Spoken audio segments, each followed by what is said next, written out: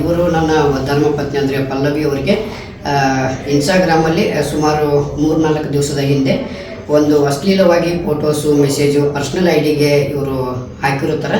ಆ ಒಂದು personal I D ನಾವು ಮೆಸೇಜನ್ನು ಸೇವ್ ಮಾಡಿಕೊಂಡು ನಮ್ಮ ಬೈಲಹೊಂಗಲ ವ್ಯಾಪ್ತಿ ಸಂಬಂಧಪಟ್ಟ ಬೈಲಹೊಂಗಲ ಸ್ಟೇಷನಲ್ಲಿ ನಾವು ಕಂಪ್ಲೇಂಟ್ ಕೊಟ್ಟಾಗ ನಮಗೆ ಸಾಹೇಬರಾಗಲಿ PSI ಸಾಹೇಬರು ಆಮೇಲೆ ಎಲ್ಲ ಸಾಹೇಬರು ನಮಗೆ ಪ್ರೋತ್ಸಾಹ ನೀಡಿ ಈ ಒಂದು ವ್ಯಕ್ತಿನ ಅಲ್ಲಿಂದ ಊರಿಂದ ಕರ್ಕೊಂಡ್ಬಂದು ಇವತ್ತು ಅವರಿಗೆ ಕಠಿಣವಾದ ಶಿಕ್ಷೆ ಕೊಟ್ಟು ಇದರ ಜೊತೆಗೆ ನಾವು ಕೇಳ್ಕೊಳ್ಳೋದಿಷ್ಟೇ, ಈ ವ್ಯಕ್ತಿ ಹೇಳಿದ ಹಾಗೆ ಕೆಟ್ಟದ ಕಮೆಂಟ್ಸ್ ಏನು ಪೋಸ್ಟಲ್ಲಿ ಹಾಕ್ತಿರೋ ಅಥವಾ ಪರ್ಸನಲ್ ಹಾಕ್ತಿರೋ ಏನೋ ಒಂದು ಹಾಕಿದ್ರು ಕೂಡ ನಾವು ಅದನ್ನು ಓದ್ತಾ ಇರ್ತೀವಿ, ನಾವು ಅದನ್ನು ಗಮನಿಸ್ತಾ ಇರ್ತೀವಿ ಅನ್ನೋದು ನಿಮ್ಮ ತಲೆಯಲ್ಲಿರಲಿ.